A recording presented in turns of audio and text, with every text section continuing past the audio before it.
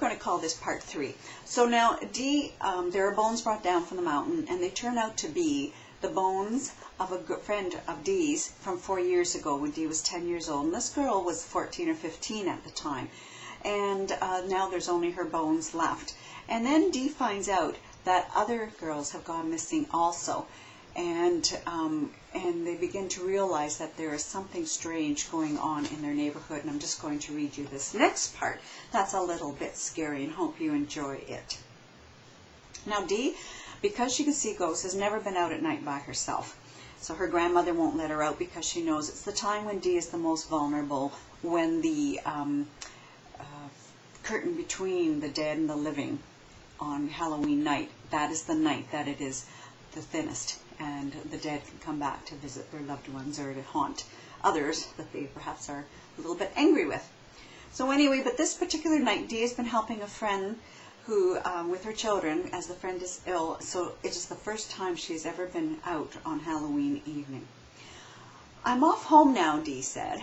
"Are you all right in that house by yourself?" Sissy asked. "I'll be fine. If I get scared, I'll bring Trojan in to keep me company." She hoped she sounded braver than she felt. Sissy laughed. "Off you go then, and thank you for all your help." The temperature had dropped while Dee had been at Sissy's, and though the wind still blew hard, it had changed directions to come from the north, breaking up the clouds to reveal a large yellow moon. Bare branches danced wildly, and dried leaves swirled around her ankles and crunched beneath her boots. That's the way it was with fall, Dee thought, as she pulled her sweater tight across her chest. The day might be warm, but once the sun set, the temperature plummeted. She stared at the wagon ruts stretching before her, glancing neither right nor left. Never before had she been out this late on Halloween. The night crackled with energy, and from the corner of her eye, Dee could see the silver shimmers accompanying her home. So far she felt safe. None of these meant her harm, but she didn't know what lay ahead. She hurried, head down, eyes on the road, until she was startled by a silver haunt directly in front of her in the middle of the road. Dee's steps faltered, then stopped altogether. Marianne. The dead girl took a step toward Dee, eyes begging for help. Marianne's lips moved. "Dee." A whisper, like soft wind, rushed by Dee's ears. But Dee didn't want to know what Marianne so badly wanted to tell her. She didn't want to hear who had killed the girl. Didn't want to know. "I can't help you," Dee said. "There's nothing I can do for you. You need to go and be with your baby." Marianne drifted closer, her face taut, imploring Dee to listen. But Dee shook her head and made a step around the spirit. As she did, she heard the crunch of boots on dirt and stone behind her. Fearfully, she peered over her shoulder. A break in the clouds spilled white moonlight over the road, but there was no one to see. Just an animal, Dee told herself. She turned her head back to find the road ahead of her empty. Thankfully, Marianne had left. She quickened her pace, battling the wind, and once again heard the footsteps following her. She stopped, and they stopped. A trick, Dee decided, a mean Halloween trick. She twirled around. "You just stop that, Billy Haynes," she shouted. "You're not scaring me." She ran awkwardly past Vivian's darkened house. The steps pounded behind her, fast catching up. No spirit this, but a living thing, Dee realized. That's what Marianne had been trying to tell her. The girl's spirit had been trying to warn her. Dee's breath came raggedly. She'd never make her home before being caught.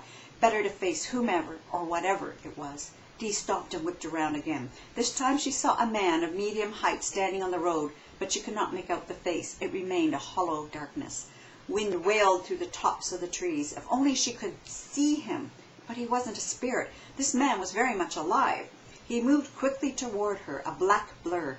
No human could move that fast, Dee realized with horror. She willed her feet to move, but they were rooted to the road. "Run!" came Marianne's voice. Suddenly, Dee's feet were free and in flight. She hazarded one backwards glance, only to see a whirlwind of trees, a whirlwind of leaves and dirt, Marianne in the center, blocking the road, giving her a few precious seconds to escape. Dee ran through her gate, threw open the front door, slammed it closed behind her, and threw the bolt. Looking frantically around the room, she pushed the kitchen table against the door to block it. A skittering sound across the roof brought her head up.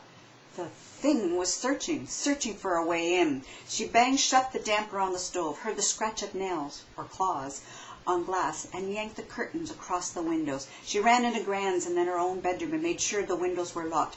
Breathing hard, she stood, listening. All was quiet. Had it gone? A slam from the back of the house made her jump, the outhouse door. Just the wind, she tried to reassure herself. If you didn't latch it just right, the wind caught it. but she knew it wasn't the wind.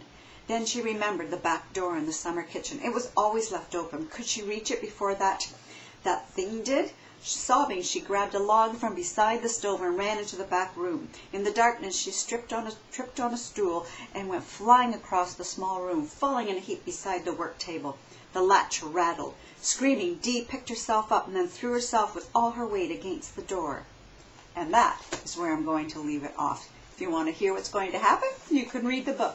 And once again, the book is called Haunted. It's out from HarperCollins. And my name is Barbara Haworth-Attard. I'm a Canadian author from London, Ontario. Thanks so much.